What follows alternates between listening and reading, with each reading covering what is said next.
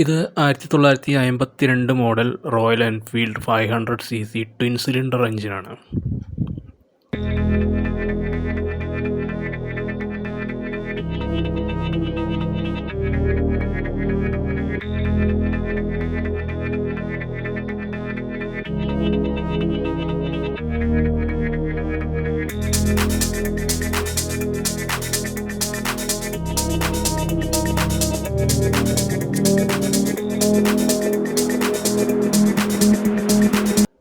ഈ ഗിയർ ബോക്സിന് പറയുന്ന ആൽബിയൻ ഗിയർ ബോക്സ് എന്നാണ് പറയുന്നത്. അതുപോലെ മാഗ്ഡൈനാമോ ഇഗ്നിഷൻ സിസ്റ്റമാണുള്ളത്.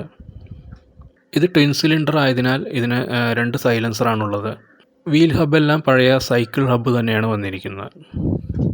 ഇവിടെ വലതുവശത്തായി ഇഗ്നിഷൻ അഡ്വാൻസ് ആൻഡ് റിട്ടാർഡ് ചെയ്യുന്നതിന് വേണ്ടി ഒരു ലിവർ കൊടുത്തിട്ടുണ്ട്. പിന്നെ മീറ്റർ കൺസോളും ഹെഡ്ലൈറ്റും എല്ലാം പഴയ കാലത്തെ പോലെ സ്പ്ലിറ്റ് ടൈപ്പ് തന്നെയാണ് വന്നിരിക്കുന്നത്. ഇത് ട്വിൻ സിലിണ്ടർ ആയതിനാൽ ഇതിന് 2 സൈലൻസറാണ് വന്നത്.